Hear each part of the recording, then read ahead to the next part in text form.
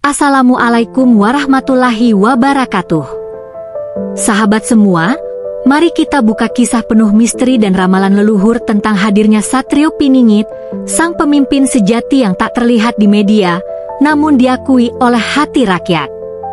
Sebelum kita mulai, jangan lupa untuk subscribe channel ini dan bantu tembuskan 500 like dan 1000 subscriber di channel ini, agar kita semakin semangat membagikan kisah-kisah penuh makna dan rahasia leluhur.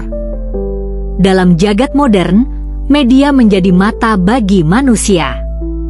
Setiap peristiwa, setiap tokoh, bahkan setiap kata yang diucapkan pemimpin dunia dapat langsung tersebar luas. Namun ada satu sosok yang tak pernah muncul di layar kaca, tak pernah disebut dalam tajuk berita utama, dan tak pernah diwawancara oleh wartawan. Dialah Satrio Piningit, yang namanya hanya disebut dalam bisikan leluhur, dalam doa rakyat kecil, dan dalam ramalan para pujangga masa lalu. Mengapa ia tak muncul di media? Karena zaman ini penuh tipu daya cahaya buatan. Media bukanlah cermin yang jernih, melainkan kaca yang penuh bias. Apa yang dilihat rakyat seringkali hanya bayangan palsu, topeng-topeng penguasa, dan kabar yang dipoles demi kepentingan tertentu. Satrio Piningit memilih jalan yang berbeda. Ia bukan bayangan yang diciptakan kamera, melainkan cahaya yang muncul dari ketulusan. Ramalan leluhur berkata, Satrio itu takkan tampil di layar dunia, sebab dunia belum siap melihat wajahnya. Ia berjalan di jalur sepi, jauh dari hiruk-pikuk. Ia adalah rahasia, dan rahasia itu disimpan oleh semesta sampai waktunya tiba. Satrio Piningit menghindari sorotan bukan karena takut, melainkan karena ia tahu media bisa mengubah makna sejati. Jika ia ditampilkan sekarang, ia akan dipuja oleh sebagian, dibenci oleh sebagian lain, dan dipolitisasi oleh para penguasa.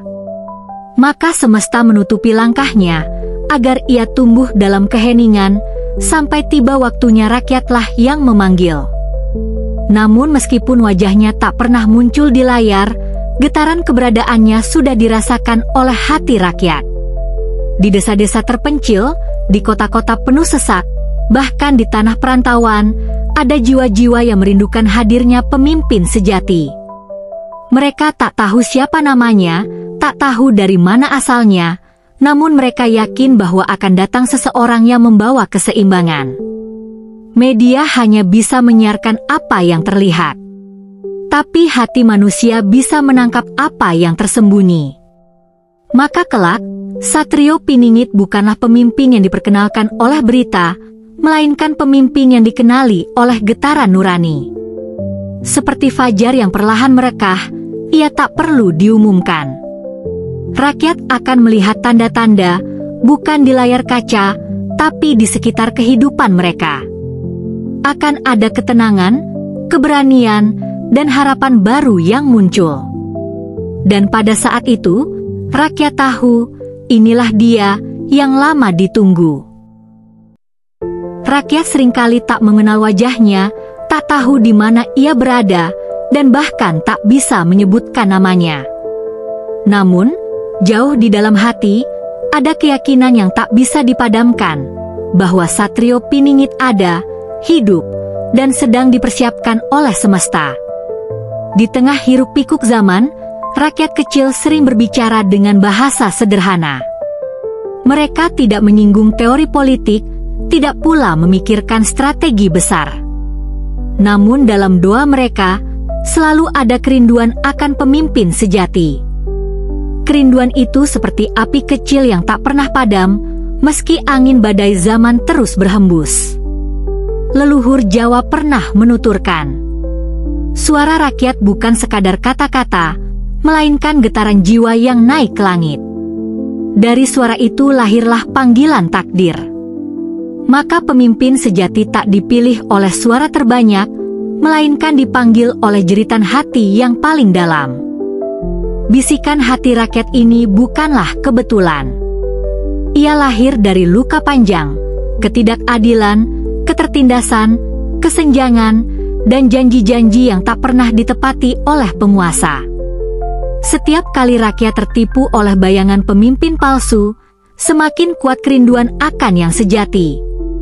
Setiap kali janji gagal ditepati, semakin nyaring doa untuk hadirnya sang penebus. Satrio Piningit tidak dikenali lewat wajah, melainkan lewat tanda-tanda batin. Rakyat merasakan getaran itu lewat mimpi, lewat bisikan nurani, bahkan lewat isyarat alam. Ada yang bermimpi melihat cahaya yang turun dari langit, ada yang merasa mendengar suara gaib dalam sepi, dan ada pula yang tiba-tiba meneteskan air mata tanpa sebab ketika mendengar kabar tentang pemimpin sejati. Semua itu adalah bagian dari wahyu semesta, yang hanya bisa ditangkap oleh hati yang tulus. Maka, jangan heran bila di antara rakyat kecil sering terdengar kalimat sederhana, "Akan datang wong jujur, wong sing ora bakal hianat, wong sing bakal embela rakyat." Itu bukan sekadar harapan kosong, melainkan gema ramalan yang turun-temurun. Bisikan hati rakyat ini ibarat genderang gaib yang tak terdengar oleh telinga penguasa, namun getarannya makin keras dari waktu ke waktu.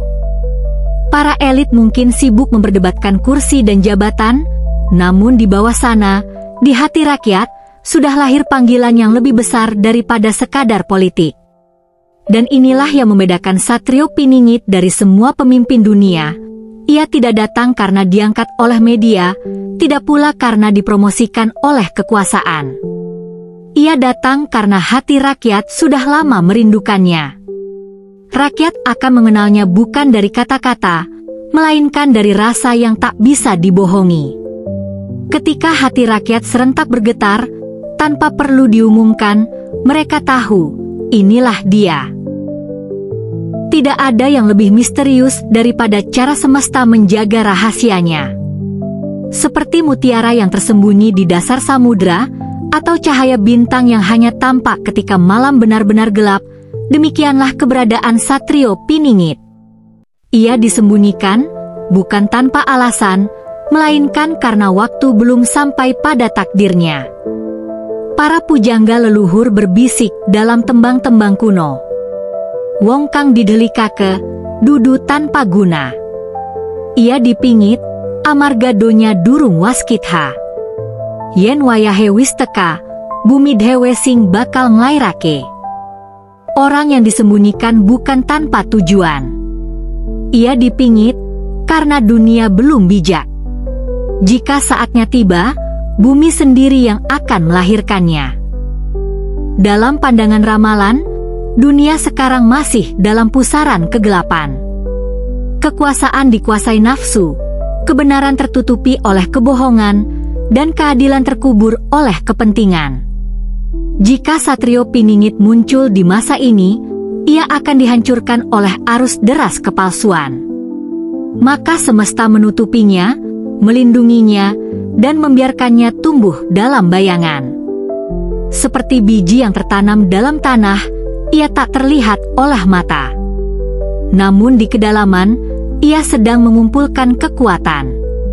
Rakyat mungkin tidak bisa menunjuk siapa dia, tapi mereka bisa merasakan getarannya.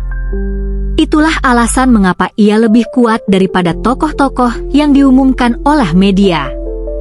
Sebab kekuatannya tidak datang dari panggung dunia, melainkan dari rahasia alam semesta. Satrio Piningit tidak hidup dalam kemewahan.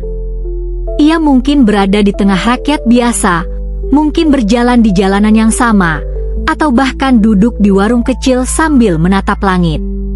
Tidak ada yang menyangka siapa dia, karena memang begitu cara semesta melindunginya. Ia adalah api kecil yang dijaga agar tak padam sebelum waktunya, dan tak membesar sebelum masanya. Bagi orang-orang yang mencoba mencari dengan mata dunia, mereka hanya akan menemui kebingungan. Media, mata-mata, bahkan kekuasaan yang ingin menguasainya tidak akan pernah bisa menemukannya. Karena keberadaannya hanya bisa dikenali dengan mata batin, bukan dengan laporan dan berita. Ramalan menyebut, ada tanda-tanda yang sengaja disembunyikan. Satrio Piningit tidak menampakkan diri dengan pakaian kebesaran atau lambang kejayaan.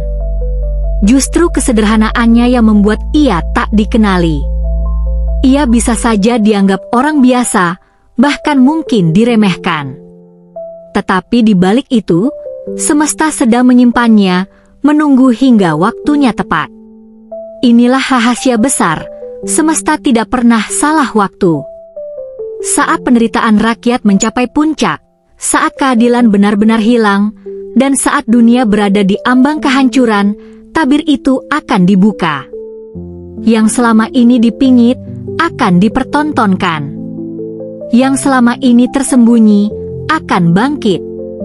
Dan ketika ia muncul, rakyat akan terkejut bukan karena ia asing, tetapi karena mereka merasa pernah mengenalnya sejak lama, melalui hati, doa, dan bisikan yang tak pernah padam.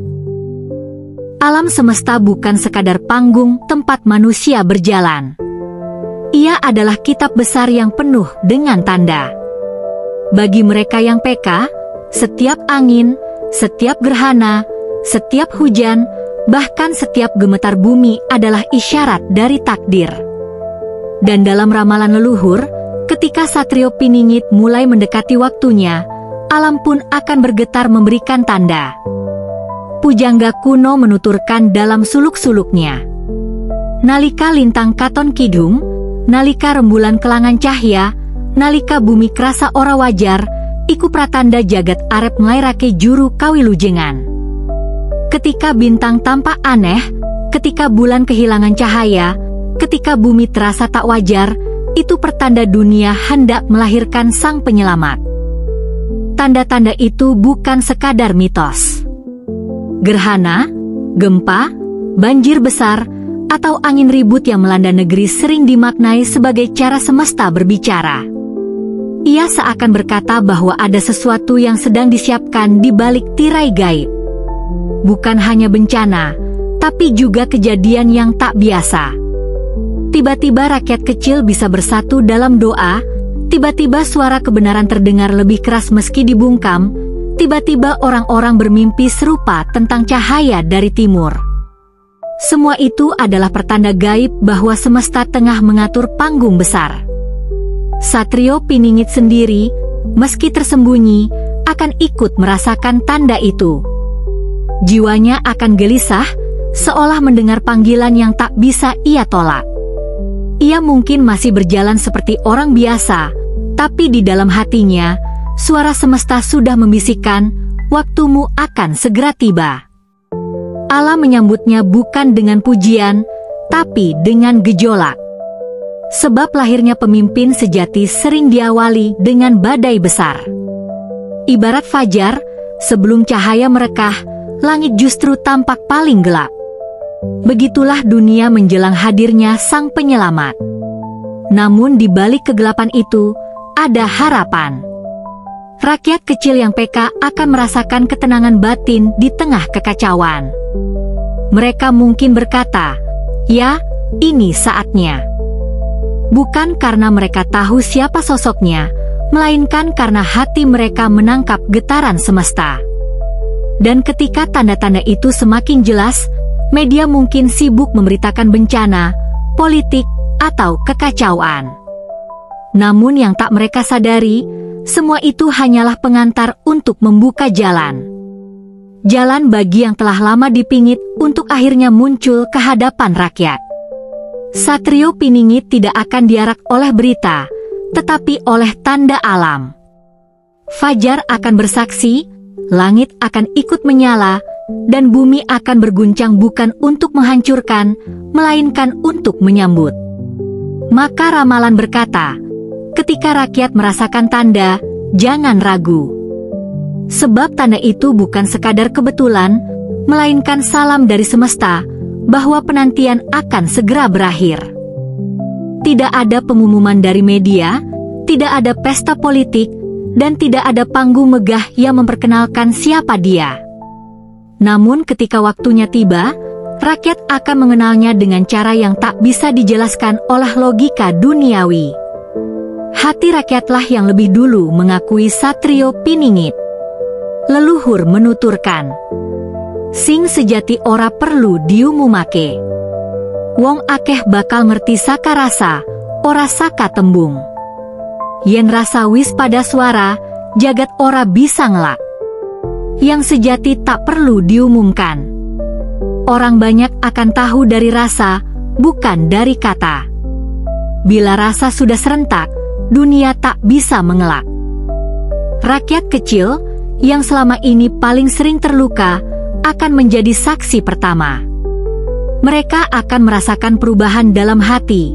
Ada harapan yang muncul, ada keberanian yang bangkit, ada keyakinan bahwa sosok inilah yang telah lama mereka tunggu. Mereka mungkin tak tahu namanya, tak tahu asalnya, tapi mereka akan berkata dalam batin, iki wonge.